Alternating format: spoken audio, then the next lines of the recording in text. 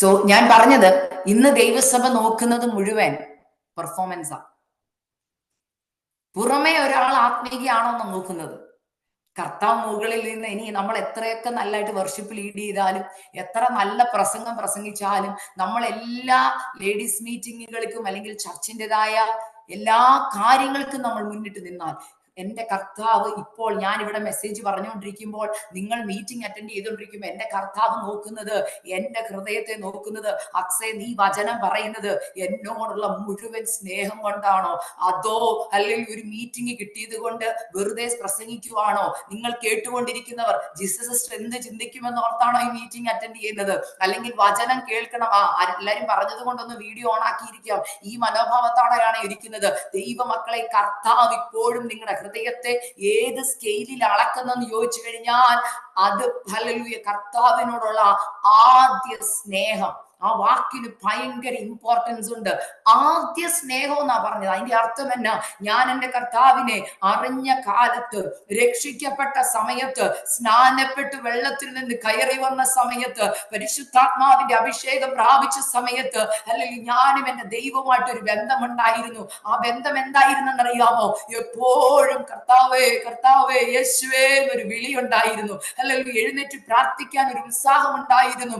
അല്ലെങ്കിൽ അന്ന് രക്ഷിക്കപ്പെട്ട് സ്നാനപ്പെട്ട സമയത്ത് എനിക്കൊരു കാര്യം അറിയാം, ലോകം എനിക്ക് വേണ്ട, ലോകത്തിന്റെ ഇമ്പം എനിക്ക് വേണ്ട. കാരണം ഒറ്റ ആഗ്രഹമേ ഉള്ളൂ, പോകണം യേശുവിന്റെ പാത നോക്കി. ക്രൂശായിരുന്നു നമ്മുടെ ഫോക്കസ്. ഹല്ലേലൂയ. എന്നാൽ അല്പകാലം മുന്നോട്ട് പോയപ്പോൾ ആത്മീയത വെറും ഒരു പെർഫോമൻസ് ആയി മാറാൻ തുടങ്ങി. ഹല്ലേലൂയ. പിന്നീട് മടി വരിക. ദൈവജനമേ, നിങ്ങളുടെ ആദ്യ സ്നേഹം കുറഞ്ഞിട്ടുണ്ടോ? വിട്ടുകളഞ്ഞിട്ടുള്ളതിന്റെ ആദ്യത്തെ പടി എന്ന് പറയുന്നത്, ആത്മീക കാര്യങ്ങളിൽ മടുപ്പ് നേരിടുന്നുണ്ടെങ്കിൽ ഓർത്തോ, ആദ്യ സ്നേഹം കുറഞ്ഞു. ഹല്ലേലൂയ. ഞാൻ പറഞ്ഞല്ലോ, എന്റെ ജീവിതത്തിലേയും കൂടെ ഞാൻ പരിശോധിച്ചുകൊണ്ടത് പറയുന്നത്. ഹല്ലേലൂയ. പണ്ടൊക്കെ ഒരു വീട്ടിൽ കൂട്ടായ്മ ഉണ്ടെന്ന് പറയുമ്പോൾ കൊതിയ, സ്കൂള് വിട്ട് ഓടി വന്ന് ഹല്ലേലൂയ പെട്ടെന്ന് കുളിച്ചൊരുങ്ങി ഹല്ലേലൂയ വീടുകളിൽ പോകുവാൻ, വചനം കേൾക്കാൻ കൊതിയ. കാരണം രക്ഷിക്കപ്പെട്ട് സ്നാനപ്പെട്ട് പരിശുദ്ധാത്മാവിന്റെ അഭിഷേകമൊക്കെ പ്രാപിക്കുമ്പോൾ പരിശുദ്ധാത്മാവിനെ എപ്പോഴും നമ്മൾ ഒരുക്കണം, ഹല്ലേലൂയ ഒരുക്കിക്കൊണ്ടിരിക്കുക. ഹല്ലേലൂയ. അന്ന് വചനത്തോട് ഒരു ആക്രാന്തം ഉണ്ടായിരുന്നു. വചനം കേൾക്കുവാൻ, വചനം അനുസരിക്കാൻ, അടുത്തതെന്താ പ്രാപിക്കേണ്ടത്, അടുത്തതെന്താ ചെയ്യേണ്ടെന്നുള്ള ഒരു ചിന്ത. എന്നാൽ ഇന്ന് വന്ന് ദൈവജനത്തിന് വചനം വേണ്ട. ഹല്ലേലൂയ. ഇന്നും രാവിലെ എനിക്ക് അല്ലെങ്കിൽ എന്റെ വാട്സപ്പിൽ ഒരു മെസ്സേജ് വന്നത് എന്നെ ഭയങ്കരമായിട്ട് ചിന്തിപ്പിച്ചു. ഈ യൂട്യൂബിൽ ഇപ്പം വ്യൂവേഴ്സിനെ ബേസ് ചെയ്ത മെസ്സേജുകൾ കാണുന്നത്, ഏറ്റവും കൂടുതൽ മില്യൺസ് ഒക്കെ വ്യൂസ് ഉള്ള മെസ്സേജുകൾ ആൾക്കാർ കാണും. അപ്പൊ നോക്കുമ്പോൾ നിന്റെ ഭാവി അനുഗ്രഹിക്കപ്പെടും, നിന്റെ ദേശത്ത് ദൈവം നിന്നെ മാനിക്കും എന്ന് പറയുന്ന മെസ്സേജുകൾക്കൊക്കെ ഭയങ്കര വ്യൂ ആ. എന്നാൽ വിശുദ്ധിയിൽ ജീവിക്കണം, എങ്ങനെ വിശുദ്ധരാകാം, എങ്ങനെ കർത്താവിന്റെ വരവിന് വേണ്ടി ഒരുങ്ങാം, ഈ മെസ്സേജുകൾക്കൊക്കെ ഉണ്ടല്ലോ 60 പേര് 100 പേരൊക്കെ വ്യൂ ഉള്ളൂ. കാരണം ഇതൊന്നും ഇപ്പൊ ആർക്കും വേണ്ട. കർത്താവിന്റെ വരവിനെ കുറിച്ച് പ്രസംഗിച്ചാൽ ഇന്ന് ആർക്കാ അത് കേൾക്കേണ്ടത്? ഞാൻ ഇപ്പോഴും പറഞ്ഞു വരിക, ആദ്യ സ്നേഹം വിട്ടുപോയിട്ടുണ്ടെങ്കിൽ ആ ആദ്യ സ്നേഹം വിട്ടുപോയവർക്ക് കർത്താവിന്റെ വരവെന്ന് കേൾക്കുമ്പോൾ അകത്തൊരു വെപ്രാളമുണ്ട്. മനസ്സിലാകുന്നുണ്ടോ? അയ്യോ കർത്താവ് വന്ന് വരുവോ, അയ്യോ ഇന്നെങ്ങാനും വരുവോ, എന്തിനാ ഈ ഭയം? കാരണം ആദ്യ സ്നേഹം കുറഞ്ഞിട്ടുണ്ട്. കാരണം സ്നേഹമുള്ളവർക്ക് കർത്താവ് വരിക എന്ന് പറയുമ്പോൾ എന്തുവാ?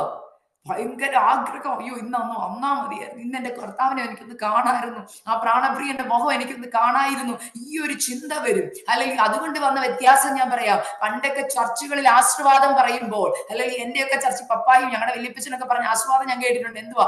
ആമേ കർത്താവേ വേഗം വരണമേ, അത് ഉറക്കെ പറയുമായിരുന്നു. ഇന്ന് ഞാൻ പോകുന്ന ഒരു ചർച്ചസിലും ഞാൻ കേൾക്കുന്നില്ല ആമേ കർത്താവേ എന്ന് പറയുമ്പോഴത്തേന് ഒന്നുമില്ല, സൈലൻസാ. പാസ്റ്റർ പറഞ്ഞു, പാസ്റ്റർ വെച്ചു.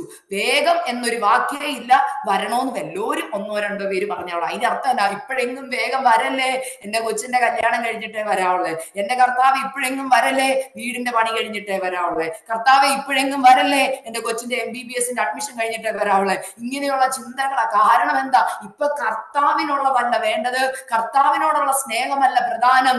പകരം ഈ ലോകം, എന്റെ കുടുംബം, എന്റെ മക്കൾ, എന്റെ കുഞ്ഞിന്റെ ഭാവി. ഇങ്ങനെ ചിന്തയുണ്ടോ? ഇപ്പൊ ഞാൻ ചോദിക്കുക, കേട്ടോണ്ടി, കർത്താവ് ഇപ്പൊ വരണമെന്ന് എത്ര പേർക്ക് പറയാൻ കഴിയും? കർത്താവ് ഇപ്പൊ വന്നാൽ എനിക്ക് പോണം, എനിക്ക് എന്റെ കർത്താവിനെ കാണണം, മറ്റൊന്നും എന്നെ ബാധിക്കുന്നില്ലെന്ന് പറയാ. അല്ല ഇപ്പൊ പറയാം സിസ്റ്റർ അത് ആഗ്രഹമുണ്ട്, പക്ഷെ പറയാൻ പറ്റുന്നില്ല, ആദ്യ സ്നേഹം വിട്ടുപോയി. ആദ്യ സ്നേഹം വിട്ടുപോയി. അപ്പോൾ ആദ്യ സ്നേഹം വിട്ടുപോയതിന്റെ ലക്ഷണമാണ്. ഹല്ലേലൂയ.